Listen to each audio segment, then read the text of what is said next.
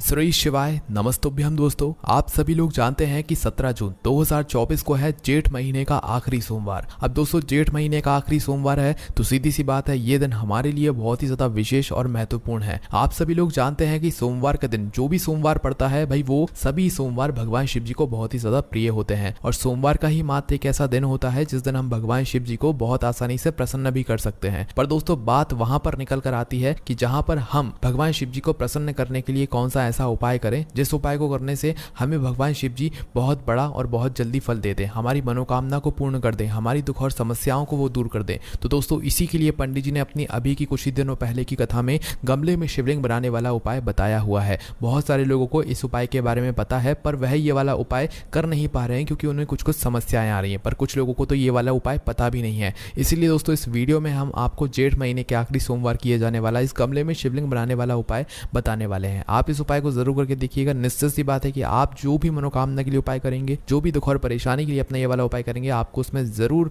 आपका उपाय काम कर जाएगा बहुत ही जल्दी और बहुत बड़ा आपको उसका फल भी यहाँ पर देखने के लिए मिलेगा। तो आइए दोस्तों जानते हैं कि आपको इस जेठ महीने के आखिरी सोमवार मतलब 17 जून 2024 के दिन, इस सोमवार के दिन कैसे आप लोग को इस गमले में शिवलिंग बनाने वाला उपाय यहाँ पर करना है। पर दोस्तों ये गमले में शिवलिंग बनाने वाला उपाय आखिर आपको करना कैसे होता है, किसको करना होता है, किस समय करना होता है, कहाँ पर करना होता है, ये सारी जानकारी इस उपाय से जुड़ी हुई हम आपको इस वीडियो में देंगे। और इस उपाय को करने के बाद निश्चित सी बात है कि आपको 15 दिन के अंदर इस उपाय को करने का फल मिल जाएगा। ज़्यादा से ज़्यादा अगर हम बात करें तो 2.5 महीने के अंदर आपको इस उपाय को करने का फल मिल जाएगा। मतलब आपकी जो भी मनोकामना है वो पूर्ण हो जाएगी, आपकी जो भी दुख और परेशानी है जिसके लिए आप लोग अपना यह वाला उपाय कर रहे हो भाई, आपकी वह भी दुख और परेशानियाँ भी दूर यहाँ पर ज़रूर हो जाएगी। ठीक है, तो चलो दोस्तों अब हम जानते हैं इस उपाय के बारे में कि आपको आखिर इस गमले में शिवलिंग बनाने वाले उपाय को करना कैसे है। ठीक है, तो सबसे पहली चीज़ दोस्तों ये वाला जो उपाय है ये बहुत ज़्यादा विशेष है और ये बिल्कुल एक तरीके से आप कह सकते हो कि ये नया उपाय है और जो भी व्यक्ति नए उपाय को पहले सुनते हैं और पहले करते हैं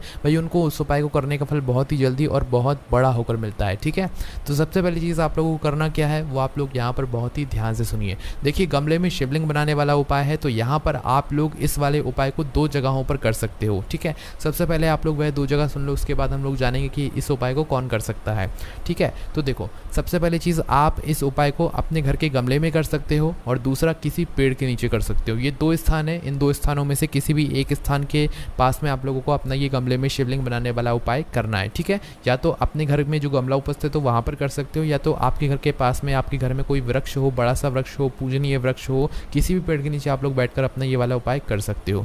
बस ध्यान रखना अगर गमले में ये वाला उपाय कर रहे हो तो गमले में तुलसी का पौधा नहीं होना चाहिए, किसी और पौधे के कोई और पौधा अगर लगा हुआ है तो ही आप लोग ये वाला उपाय गमले में करना। अगर तुलसी मैया का पौधा लगा हुआ है तो गमले में उपाय मत करना। ठीक है, और या तो आप फिर किसी पेड़ के नीचे कर सकते हो, किसी भी एक जगह पर आप लोगों को ये वाला उपाय करना है, ध्यान रखना इस बात का। ठीक है, और इस वाले उपाय को घर में से कौन सदस्य करेगा तो देखो इस वाले उपाय को घर में से किसी एक ही सदस्य को करना है, घर के सभी सदस्यों को करना ही करना है क्योंकि घर का अगर एक कोई बड़ा मुख्य सदस्य भी इस वाले उपाय को करेगा तो उसके पूरे भरे परिवार को इस उपाय करने का फल मिल जाएगा। तो भाई सबसे पहला काम आप लोगों को क्या रहेगा कि भाई घर की जो बड़ी माताएं बहनें हैं वो मुख्य रूप से वही ये वाला उपाय करेंगी। अगर घर की बड़ी माताएं बहनें किसी कारणवश उपाय ना कर पा रही हो या घर की बड़ी माताएं बहनें घर में उपस्थित ना हो तो भाई फिर घर का कोई बड़ा पुरुष भी इस वाले उपाय को कर सकता है, फिर कोई दिक्कत वाली बात नहीं। पर मुख्य रूप से घर की जो माताएं बहनें होंगी उन्हीं को ये वाला उपाय करना चाहिए अपनी घर की सुख और शांति के लिए, मनोकामना पूर्ति के लिए और दुख और समस्याओं को दूर करने के लिए। ठीक है, तो ये बात आप लोग यहाँ पर समझ गए होंगे।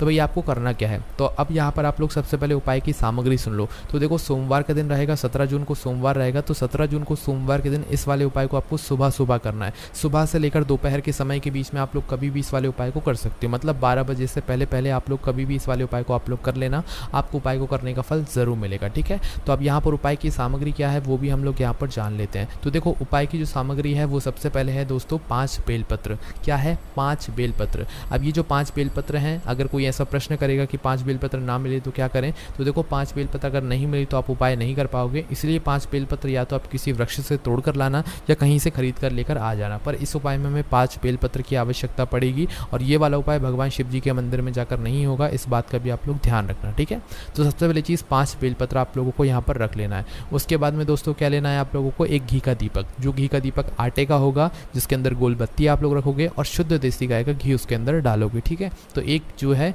ये आपको घी का दीपक भी यहाँ पर तैयार कर लेना है। घी का दीपक तैयार करने के बाद दोस्तों आपको अपने साथ में रखना है 2 लोटा जल। 2 लोटा जल या 2 पात्रों का जल है ना, 2 लोटा अगर आपके घर में उपस्थित है तो भाई 2 लोटा जल के अंदर जल भरकर आप लोग तैयार कर लो। अगर 1 लोटा आपके घर में है तो भाई 1 लोटा जल भर लो और दूसरा कोई पात्र लेकर, कटोरी वगैरह लेकर उसके अंदर एक जल भर लो, ठीक है। भरना आपको 2 चीज़ों में ही जल है, 2 पात्रों में ही जल है, इस बात का आप लोग ध्यान रखना, ठीक है। तो ये पूरी उपाय की सामग्री है जो कि आप लोगों को उपाय करने से पहले जो है तैयार करके रख लेना है। और ये वाला उपाय सुबह से लेकर दोपहर के समय के बीच में ही होगा, ये वाला उपाय शाम के समय नहीं होगा। इस बात का आप लोग विशेष रूप से ध्यान रखिएगा, ठीक है। तो भाई जब भी आपकी उपाय की तैयारी पूरा हो जाए तो भाई उसके बाद में आपको उपाय को करने के लिए उस जगह पर पहुंच जाना है जहां पर आप लोग अपने ये वाला उपाय करने वाले हो। उपाय जितना जल्दी करने की कोशिश करोगे उतना ज़्यादा अच्छा होगा, ठीक है। तो सुबह सुबह उठकर आपको उपाय करने की पूरी तैयारी करके उपाय करने के लिए पहुंच जाना है। इस उपाय को करने की सबसे अच्छी बात यही है कि इस उपाय को आप अपने घर के आसपास या घर में ही कर सकते हो, क्योंकि घर में आपके गमले भी उपस्थित होते हैं और पेड़ भी उपस्थित होते हैं ना। तो भैया आपको क्या करना है, कोई भी एक गमला लेना है जिसके अंदर तुलसी का पौधा ना हो, कोई फूल का पेड़ लगा हो, कोई भी पेड़ लगा हो, भाई उसके नीचे आप लोग अपना ये वाला उपाय कर सकते हो।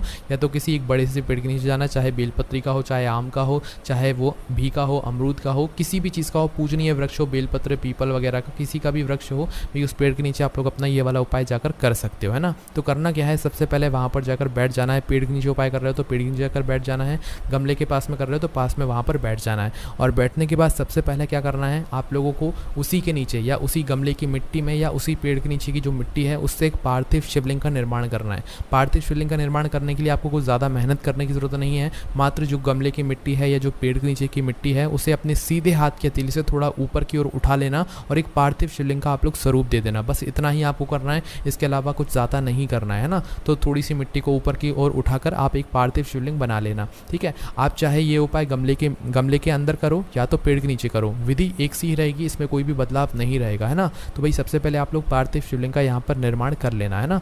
पार्थिव शिवलिंग बनाने के बाद अब आपको क्या करना है, अपनी जो 5 बेलपत्र हैं उन 5 बेलपत्र को निकाल लेना है ना। अब देखो जो 5 बेलपत्र आप लोग निकाल लोगे, इन 5 बेलपत्र को आप लोगों को 5 अलग अलग नाम लेकर समर्पित करना है। कहाँ पर समर्पित करना है, जो आपने पार्थिव शिवलिंग बनाया है उसके ऊपर समर्पित करना है। और ध्यान रखना, जो 2 पात्रों में आप जल लेकर आए हो या जो 2 लोटा में आप लोग जल लेकर आए हो, ये 2 लोटा जल आपको अभी नहीं चढ़ाना है जब तक हम आपको नहीं बता देते हैं ना। तो पहले आपको अपनी वह 5 बेलपत्र निकालना है और उपाय को करते समय सीधे हाथ का विशेष रूप से आप लोग इस्तेमाल करना। तो 5 बेलपत्र निकाल कर आप अपने सामने रख लीजिएगा।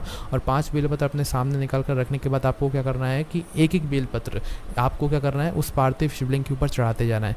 डंडी का मुख आपकी तरफ होना चाहिए। इस प्रकार से आपको इन 5 बेलपत्र को एक एक करके चढ़ाना है, एक साथ नहीं चढ़ाना है उसी पार्थिव शिवलिंग के ऊपर जो आपने पेड़ के नीचे बनाया हुआ है या गमले के अंदर बनाया हुआ है, ठीक है। किसी एक ही जगह पर उपाय करना है, बस हम आपको उदाहरण के लिए दोनों जगहों के बारे में बता रहे हैं ना। इस बात का आप लोगों को ध्यान रखना है।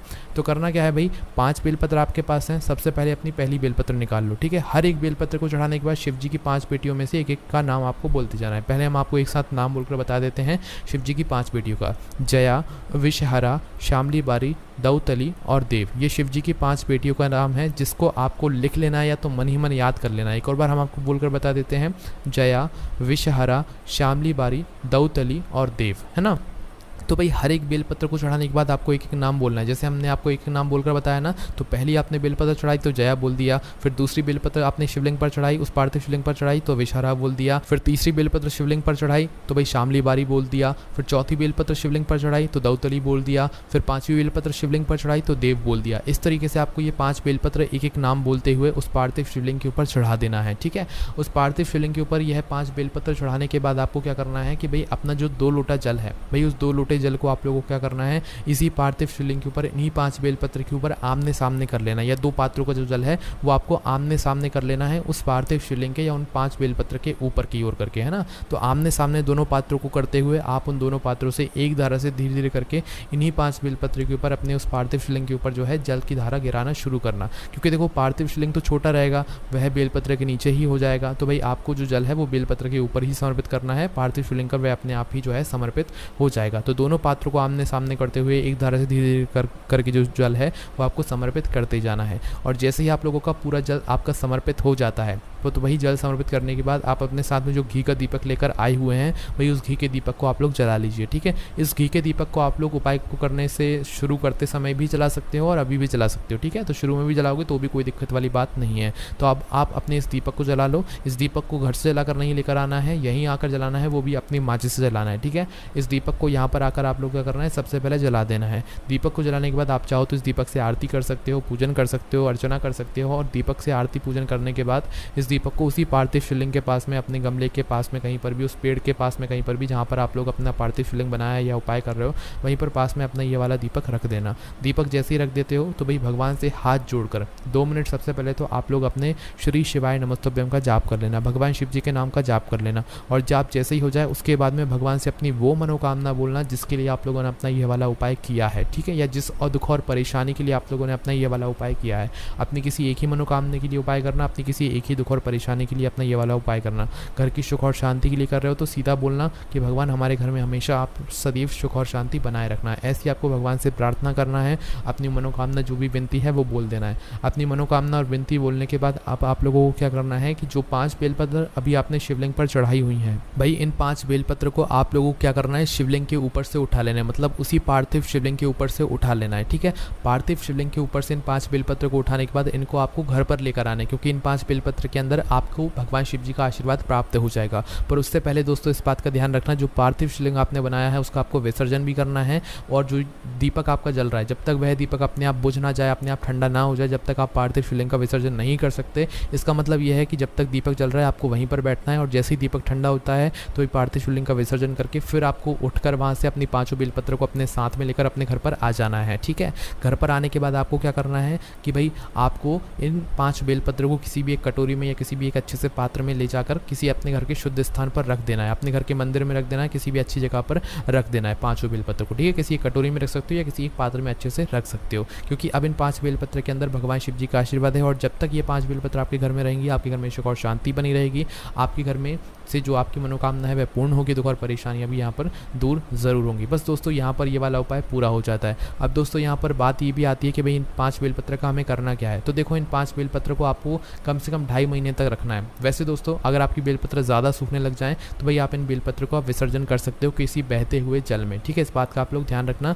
जब भी आपको ऐसा लगे कि भाई नहीं अब हम इन बेलपत्र को नहीं रख सकते, ये ज़्यादा सूख रही हैं, तो फिर आप इन बेलपत्र का विसर्जन कर देना। वैसे 15 दिनों के अंदर आपको इस उपाय को करने का फल मिलना शुरू हो जाएगा, पर अगर थोड़ी देरी भी हो जाती है तो 2.5 महीने के अंदर आपको आपके उपाय का फल जरूर मिल जाएगा। तो दोस्तों इस तरीके से आप लोगों को अपना यह गमले में शिवलिंग बनाने वाला उपाय करना है। दोस्तों जेठ महीने का आखिरी सोमवार है, मौका आप लोगों को अपने हाथ से नहीं जाने देना चाहिए और इस गमले में शिवलिंग बनाने वाले उपाय को जरूर करना चाहिए। इस उपाय से जुड़ी हुई हमने आपको सारी जानकारी दे दी है। अगर आपके मन में कोई भी प्रश्न हो, कुछ भी जवाब आपको मन में आ रहा हो तो भाई उसे आप हमसे कमेंट करके पूछ सकते हैं। ओम नमः शिवाय, जय भोले बाबा, श्री शिवाय नमस्तुभ्यम।